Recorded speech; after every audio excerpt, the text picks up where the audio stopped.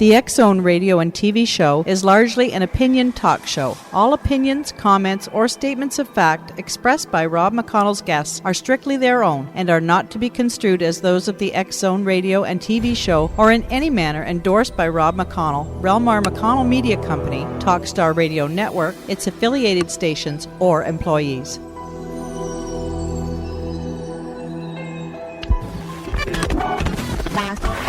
All Hit Radio.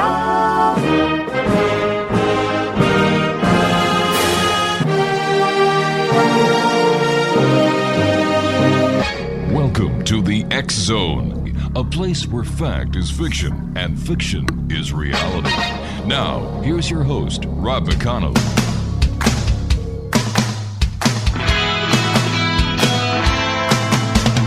You doing that thing you do, breaking my heart into a million pieces, like you always do.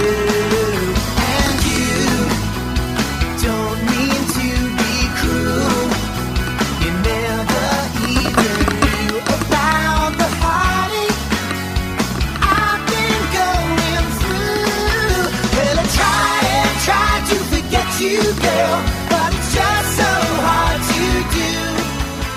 And welcome to the X-Zone, everyone. My name is Rob McConnell, and for the next 4 hours, I'm your host and your guide as together we cross the time-space continuum to this place that I call the X-Zone. It's a place where people dare to believe and dare to be heard. It's a place where fact is fiction and fiction is reality. And the X-Zone comes to you Monday through Friday from 10 p.m. Eastern until 2 a.m. Eastern on the Talkstar Radio Network, X-Zone Broadcast Network, UK High Definition Radio, Euro High Definition Radio, Star Cable, and X-Zone TV. If you'd like to give us a call, toll free, 1-800-610-7035. My email is xzone@xzoneradiotv.com. On MSN Messenger, xzoneradiotv at hotmail.com. And our website, www.xzoneradiotv.com. My guest this hour, this first hour of tonight's show, is Mark McCandlish. And first of all, Mark, welcome to the X-Zone. Thank you, Rob. I appreciate you having me on. Mark, tell us a little bit about yourself. Well, for the better part of the last 30 years or so, I've worked as a conceptual artist in the defense and aerospace industries of the United States, and for a few other countries also. It's been pretty exciting. I've had an opportunity to see a lot of different weapon systems, mostly aircraft, but there have been a variety of technologies that I've been exposed to. It's been a pretty exciting gig. Where did your interest come in as far as getting into the work you're into now? Do you have an interest in science? Do you have an interest in astronomy? Yes. Maybe it was growing up as a military dependent and being around the military environment. There was always a sense that technology was sort of an integral part of day-to-day living in the military. Being on Air Force bases most of my life as a young adult and as a kid, and being exposed to that kind of thing, I think it just sort of spurred that interest on, mostly starting with things like paleontology, geology, and later astronomy, getting a telescope and looking at the sky and that kind of thing. I understand that you also used to work for General Dynamics. Yeah, I worked there for a couple of years there in Pomona, California. And at the time, they were working up the development program for a system called Phalanx, which is a radar-slaved gun system that was designed to protect ships in the U.S. Navy.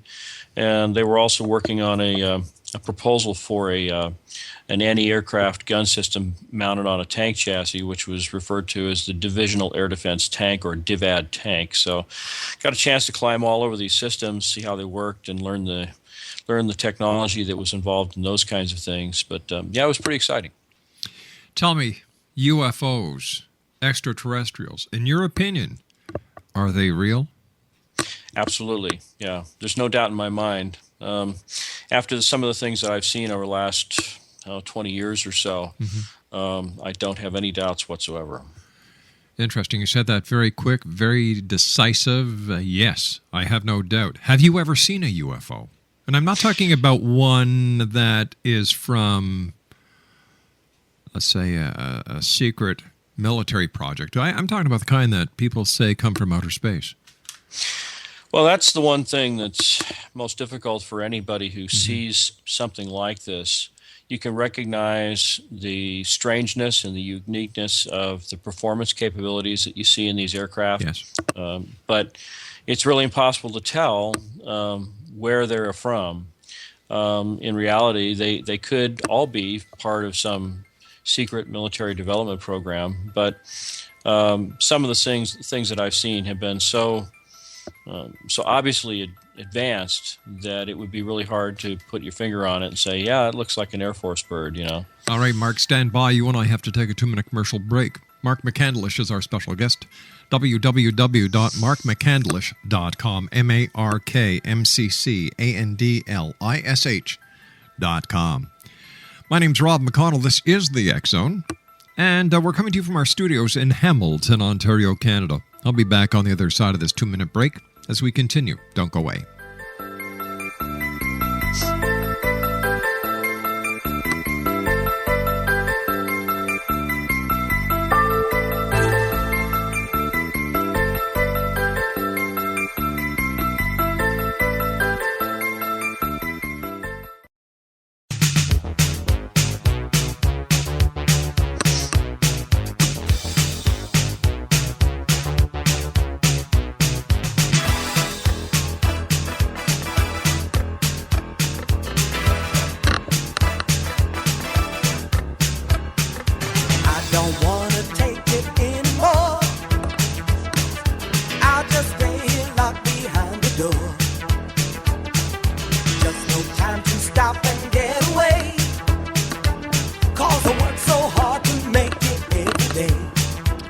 Exonation, Mark McCandlish is our special guest. And Mark, does the United States government have advanced propulsion systems, perhaps some night that even get us interstellar capability?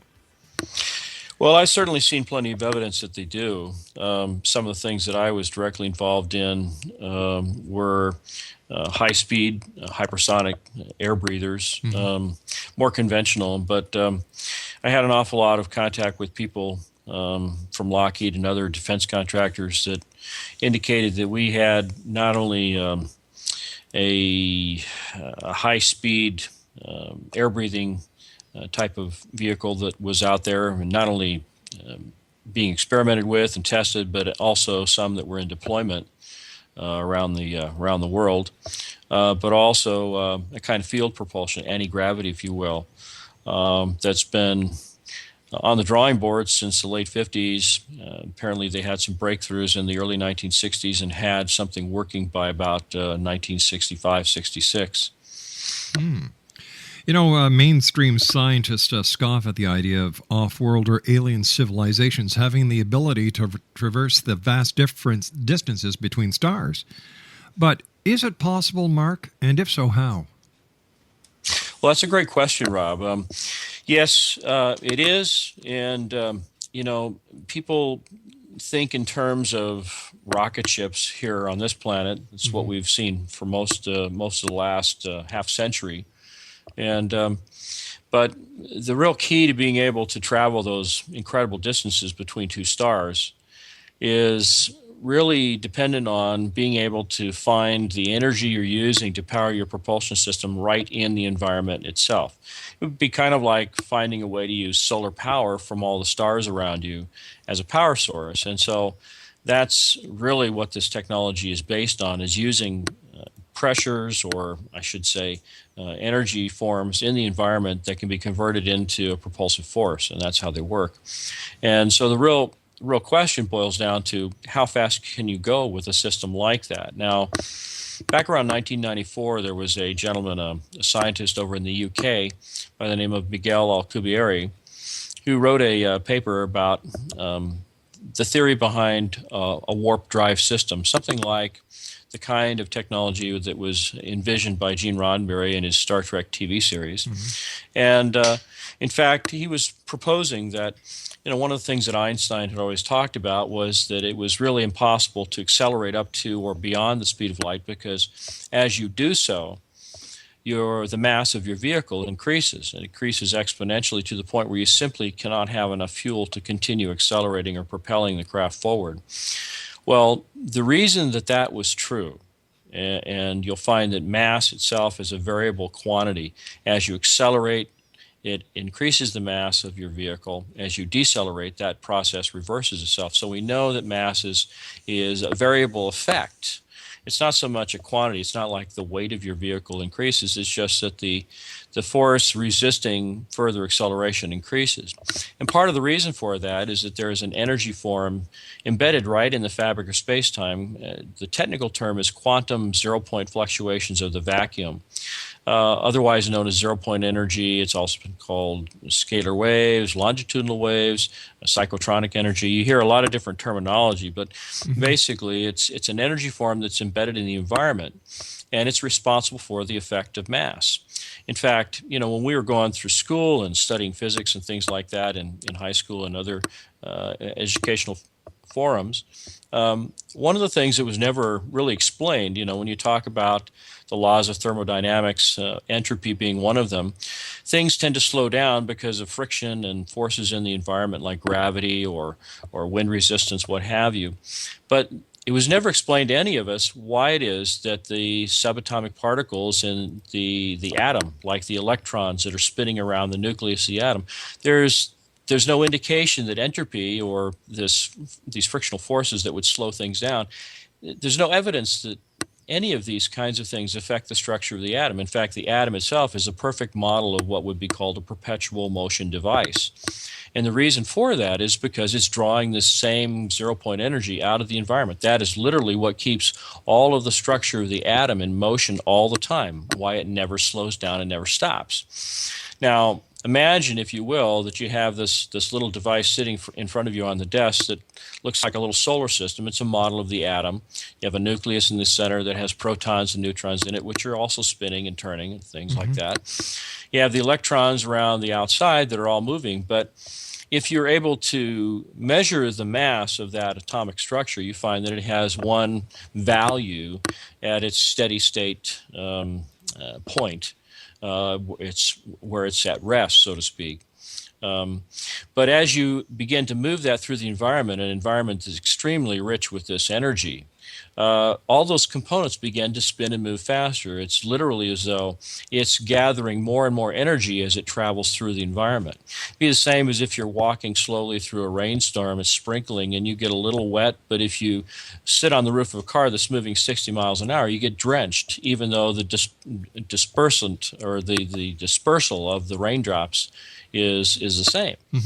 And so that's basically what Einstein was saying, is as you move through the environment, you gather more energy, the components inside the atom begin to become more energized, and as a result, they exhibit a higher mass. So the propulsion systems that we're talking about are actually drawing that energy out of the environment, and energy is conserved, so to speak, because you're actually using it to create propulsive force. So the faster you go, the more energy there is available for you to continue doing this. But the end result is that the mass of your vehicle becomes less and less as you go faster and faster. And so as you approach the speed of light, you have nearly an infinite amount of energy you can draw from, where your mass is probably less than it would be in your steady state condition where it's not moving at all. So in a sense, the vehicle becomes light as a feather, and you have practically the entire power of the universe driving you, pushing you forward. So at that point, breaking the light barrier really becomes a reality. Son of a gun. How close are we to this technology, or does it already exist? It already exists, and when you look at what they were actually calling the early prototypes of this technology, the alien reproduction vehicle, it becomes pretty obvious that at least to the insiders that were involved in this at Lockheed and other defense contractors, that they probably back-engineered something from a vehicle that was from another star system that crashed here on this planet. Being machines, this is the one thing that most people don't really consider. You think about any civilization that might be advanced enough to build a machine that could actually come here in the flesh. that just like our cars that are manufactured on a production line, some have flaws. Somebody might have made a mistake somewhere on the production line, and here they are, light years away from home, and they have a flat tire. And the next thing you know, one of our guys comes along and says, "Hey, I want what you've got," and they take it and try to take it apart if they can get it apart, and figure out what makes it work. And that's what the basis. That's really what back engineering is all about. What is your opinion of the Roswell crash of 1947? Well, from the things that I've heard within the defense and aerospace community, it really happened. There's been a lot of diversionary tactics employed by the military and the U.S. government to suggest that it was a special balloon that would send detectors aloft to see whether some of our political competitors around the globe were testing nuclear weapons and things of that nature. And another one involves some, what the military has as the kind of a crash test dummy for aircraft ejections and things like that, which they were using to account for some of the bodies back in the early 1990s, I think it was. But I really believe that not only did it happen, but that it's been one of probably 70 different crashes that have occurred over the last 65 to 70 years. So tell me, why do you think the government of the United States and other governments of the world are suppressing the information and perpetrating a conspiracy and cover-up to the citizens of the world if, in fact, these craft have visited us from other planets and that we're using the technology that was back engineered from them? Why the secrecy? That's a great question, Rob. I have to say, as someone who had a security classification of secret for a time, both in the military and later working with a number of defense contractors, that when you've got an ace in the hole with a technology that is so incredibly advanced beyond what your contemporaries around the world are using. I mean, if you have a propulsion system that can take you from point A to point B on the globe in under 10 minutes, inside the atmosphere, not producing a sonic boom, in many cases invisible on radar, and use that propulsion system as a weapons platform, you've got something that gives you such a tremendous advantage strategically and tactically that you never want to shine the light of day on something like that, because it's obvious that once the existence of something like this is known for a fact, everyone else is going to be out there trying to figure out how you did it, right? How you were able to build it, what the technology is, how it works. So basically, it's a matter of national security. It really is. But, the flip side of all of this is that the technology that's employed in this propulsion system also happens to be one of the most efficient and one of the most a system that would not be harmful to the environment if it was employed at a low energy level. We're not warping the fabric of space and time around the power production system, but you can produce a tremendous amount of energy with these systems. And the only downside is that you have to keep it within certain limits, because as you do so, the actual mass of the power production facility begins to become reduced. Even working in the vicinity of something like this, you'll have the sensation of being able to move more freely, more easily, but it's almost like being weightless in one sense, because you're drawing the very energy out of the environment that's responsible for your sensation of mass, your sensation of weight. Mark, stand by. Very interesting conversation. Thanks very much for joining us here on the X-Zone.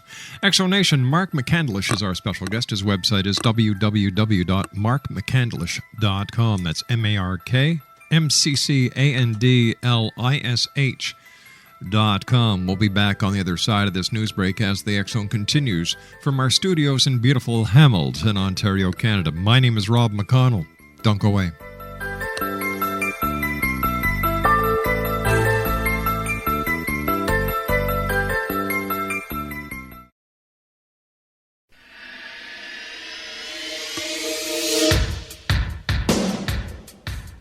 My name is Michael Telstar, Canada's leading mentalist from Toronto, Ontario. Hi, my name is Splenda, and you're listening to my dad, Rob McConnell, on the X-Zone. This is Psychic Dorothy from St. Catharines, and you're listening to Rob McConnell. Hello, my name is Holly Reeves, an astrologer from Astro For You, and you're listening to Canada's #1 paranormal radio show, The X-Zone, with Rob McConnell. Welcome to the X Zone, a place where fact is fiction and fiction is reality. Now, here's your host, Rob McConnell.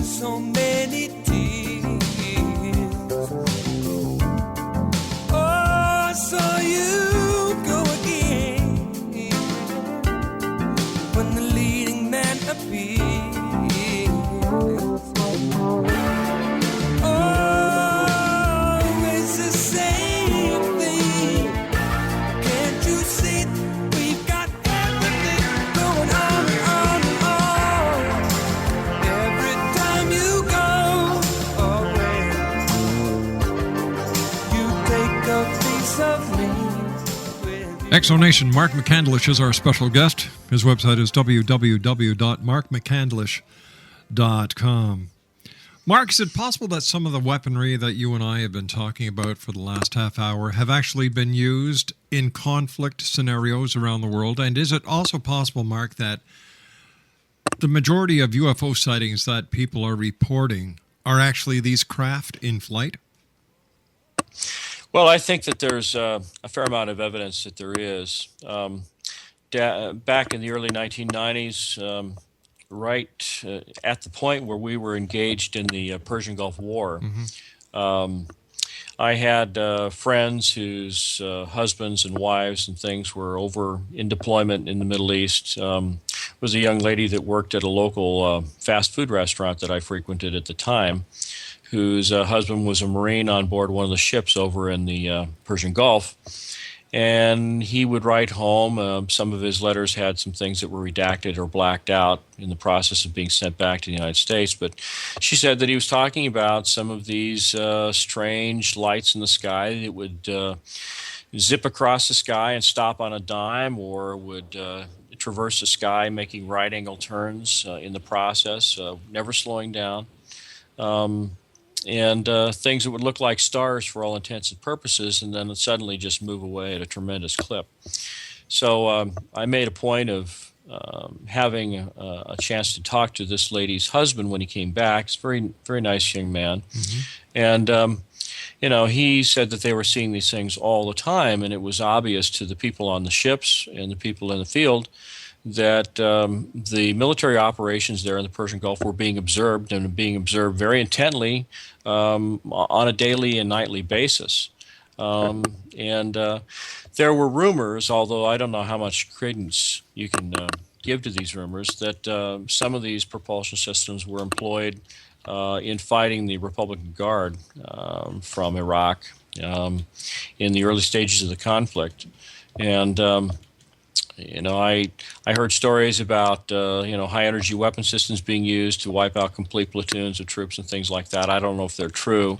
I imagine if any of that stuff happened, that it's so highly classified that there's just no way you'll ever know until many years in the future from now.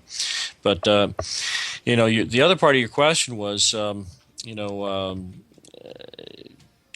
are we really deploying technology like this? And I believe that we are. It has tremendous advantages for surveillance more than anything else. I think the thing that you have to be careful about if you're a military strategist is that if you're employing systems of this kind, you may or may not be able to use the weapons on board without actually slowing down to a point where the weapons can actually be sent out from the presence of the vehicle. when it's moving at something in excess of 9,000 miles an hour, if you toss a missile out the window, it's going to disintegrate. And so very often these things have to stop, deliver the payload, and then get going again at a very fast speed. I just think that probably more than anything else, they're being used not only to intimidate, but to surveil some of the other so-called enemies of the United States.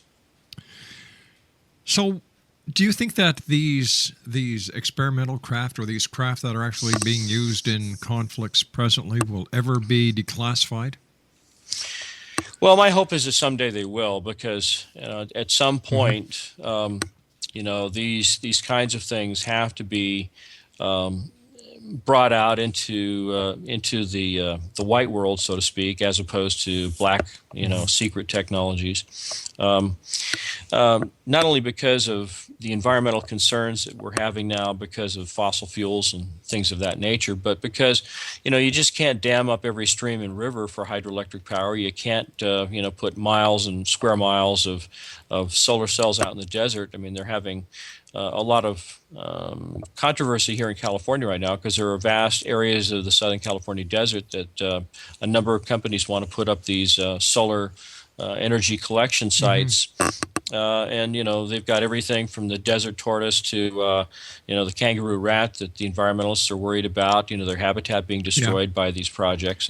And so sooner or later, they're going to have to at least begin to declassify some of the technology, admit that this technology exists so that, there can be a learning curve within the society so that people can start looking outside the box, as it were, and trying to figure out ways to exploit these technologies that are non-weaponized. If this technology does exist, Mark, why isn't it being used for the space program instead of using solid rocket boosters? If the technology is there, why not start it off with the space program? It would be a lot easier to break it to the John Q. public if the public thought that NASA developed it. And this way here, the other arms of the government could actually maintain national security. Well, I think that it is, and it has been used in part of our so-called secret space program. There seems to be some evidence that such a program may go back several decades. I remember talking to one of the other Disclosure Project witnesses back in 2001. It was a young man who said that he was brought in to repair some photographic equipment that was having some kind of a little system failure at Langley, where the CIA is based, and noticed that there were a number of diplomats from other countries that were gathered in this room looking at some photographs spread around a table, and these photographs had been taken by an early moon orbiting satellite that photographed what appeared to be fully developed bases on the backside of the moon. So I think that, even within the highest levels of the U.S. intelligence apparatus and the government, that there are organizations, agencies, if you will, that are so highly classified, even beyond that perhaps even the President of the United States doesn't know about them. But yes, I think that it has been used. I know that NASA right now has a kind of a contest going on with the invitation being for inventors and people of that nature to try and come up with ideas for creating these advanced propulsion systems. You probably heard about the Advanced Propulsion Technologies Symposium that's been put on by Mark Millis in I think it's Columbus, or Ohio, or Cincinnati. I'm not sure where it is exactly, but this is the problem, is because most mainstream physicists scoff at the idea of this kind of technology even being possible. That I've corresponded with a few physicists who will laugh and say, "Oh, it's not even wrong. That's simply impossible." But it's only because they're coming at the problem with all the standard texts that we're taught, at the college level and beyond, as the basis for their understanding of this kind of technology. They just simply do not believe that it exists. And so as long as the population, particularly the mainstream scientific community, will not accept that you can achieve these kinds of capabilities, you're going to see a lot of resistance. It's very difficult to get funding for someone. I've had offers from some people who want to know, well, if you had the money, could you build something like this? And chances are I could probably get a pretty long ways down the road towards doing just that. I may not have all of the technical know-how or the mathematical understanding of how you would put together something like this, but I can tell you that from everything that I've gathered over the last 20 years regarding this technology, I have a pretty good idea not only what the materials usage is, what the orientation of the components would be to make a system like this work, because I've talked to so many people who've actually had hands-on experience or have parents or relatives who've had hands-on experience in working on things like this. So there's no doubt in my mind it exists. It's really just a matter of, putting together a team and a group of people that would be able to figure out all of these little questions that need to be answered on how you would do it. So where does the government or the military keep all these super secret prototypes or super secret aircraft? Well, with the advent of satellite surveillance on both sides of the continent, or both sides of the world, I should say, you really can't leave these things out in the open, especially at the daytime. I think this is probably one of the reasons why there are so many vehicles that are misidentified or thought of as being, triangles or UFOs or what have you. People see lights in the sky, and if it's a long ways off, it could be anything from the planet Jupiter or Venus to a shooting star. And in fact, most of these things that I've seen were operational at night, which makes it really difficult to sort of discriminate between whether or not what you're looking at is a conventional aircraft or a meteor or just a very high speed but very advanced conventional propulsion system. So most of the activity that's going to happen with a system that's been developed by the military is going to occur in the dark of night, usually in the wee hours of the morning. And I would have to say that probably the most common method of storing and housing these vehicles is underground. I've talked to so many people who've seen vehicles coming and going from various locations, but if you get out a powerful telescope and put yourself up on a hill somewhere, you can't see anything on the ground. I've even talked to a lady down in New Mexico who lives not too far from Kirkland Air Force Base, one of the most highly classified installations that we know of that's pretty much out in the open. It's near Albuquerque. She has actually seen vehicles of this type emerging right out of the side of a cliff near where she was camping. And she said that for all intents and purposes, it looked like this vehicle just flowed right out of the material of the cliff itself, just like it was coming out of a big rock-colored piece of Jell-O, just coming right out of the material. And so obviously they have some way of bending space-time so that material objects are able to be penetrated, or at least you create the illusion that there's a material cliff there, when in fact it might be some kind of a holographic projection or an image that obscures a tunnel opening or something like that. In all the years that you've been doing what you do, Mark, what has been the most amazing, craft that you yourself have witnessed? Well, it was December 13th, 1989. Well, there have been several. I think this was probably the first and most dramatic sighting that I had. Oddly, I had spent an evening at the home of someone claiming an abduction experience on the 11th of December 1989 and had some really strange things happen there. And 2 nights later, I was out for the evening with my girlfriend celebrating our anniversary, and we were sitting at a traffic light right near the Ontario airport, and that's in Southern California, not Canada. looking north to a mountain range that's just north of that community. And as we're sitting at this traffic light on a freeway overpass, out of the corner of my eye, I saw this brilliant bluish-white ball of light coming up from the southeast, traveling at a tremendous velocity. I kind of plotted the time to distance on a map, from point A to point B in, half a second. And it turned out that this thing was traveling something on the order of 9,000 miles an hour, at least relative to the ground. Had a very obvious glowing ionization trail behind it. And it came right down in front of the mountain range there, right near Mount Baldy and some of the surrounding mountains in the, I guess it's the Los Angeles mountain range. And it made a right angle turn in front of the mountains, ran parallel to the front of the mountain, so it was basically crossing in front of me, and then made another right angle turn, climbed slightly, and then it began zigzagging down through a canyon right near Mount Baldy. Now, if you take a look at Google Earth, and this is right in the vicinity of a community called Rancho Cucamonga.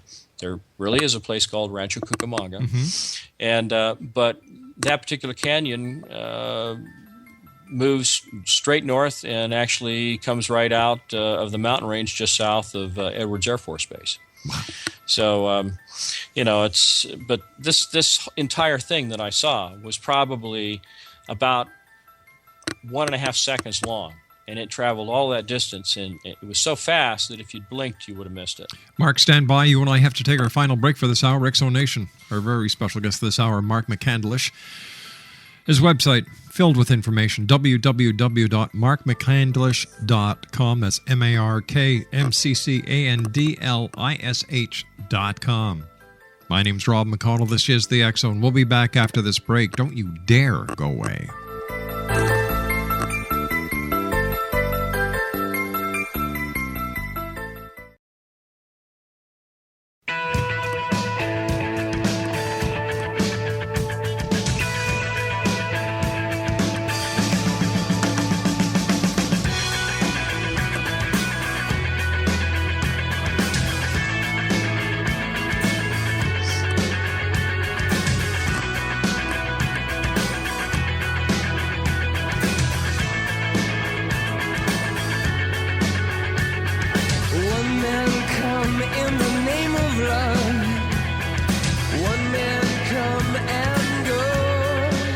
Exonation, Mark McCandlish is our special guest once again. www.markmccandlish.com is his website. Mark, what else have you seen? Now you've got my curiosity up.